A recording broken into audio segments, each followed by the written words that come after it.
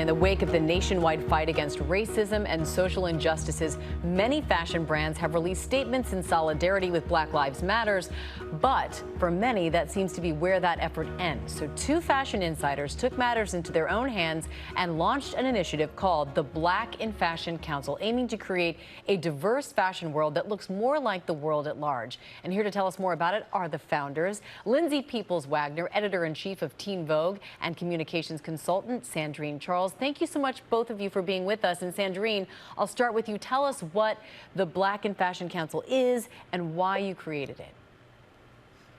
Absolutely, Amy. The Black in Fashion Council is a collaborative collective of Black fashion and beauty industry stakeholders, leaders, and creators. Our overall mission is to represent and secure the advancement of Black individuals in the fashion and beauty space moving forward. And Lindsay, 2 years ago, you wrote a piece for New York Magazine about what it's really like to be Black and to be working in fashion. You surveyed 100 Black individuals. Talk about what some of their experiences were.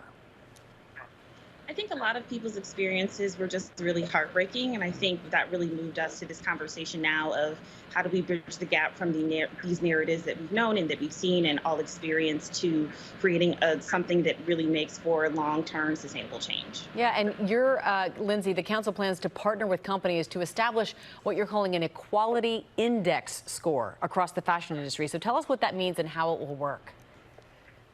Yeah, so that basically means that I think we really want to move from this place of cancel culture to accountability culture. And I think it sets this precedent of us allowing to have the conversations that are needed with brands and it not being this one-way street of just people being frustrated. And it allows for us to give brands really a progress report and say, you know, here's the resources, here's access to some really great advisors, here's ways that you're doing really well, and here's ways that you need to improve. I love that, changing from cancel culture to accountability culture. That's incredible. I love that. And Sandrine, I know you're aiming to make this not just something local, but global, and you want to partner with brands across the pond. So who are some of the individuals who you already have on board with you? So we have Antoine Phillips from Gucci. We have Nikki Oganaki, who is the Deputy Fashion Director of GQ, and Carlos Nazario of ID. That's very cool. Lindsay, what is the ultimate goal? Where do you hope you are a year from now, 5 years from now?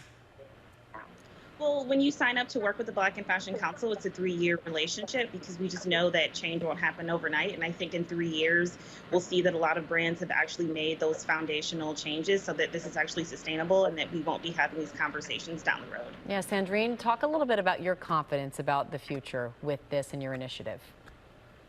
I think that everyone's looking to make these larger long-term changes. So I'm pretty confident that we can rally the troops and get everyone together to create the change that we need in our industry. Yeah, with the two of you, fabulous women at the helm, I'm sure you'll be able to do that and more. Thank you so much for all of your efforts and for this conversation. Lindsay and Sandrine, wishing you the very best. Thank you. Hi everyone, George Stephanopoulos here. Thanks for checking out the ABC News YouTube channel. If you'd like to get more videos, show highlights, and watch live event coverage, click on the right over here to subscribe to our channel, and don't forget to download the ABC News app for breaking news alerts. Thanks for watching.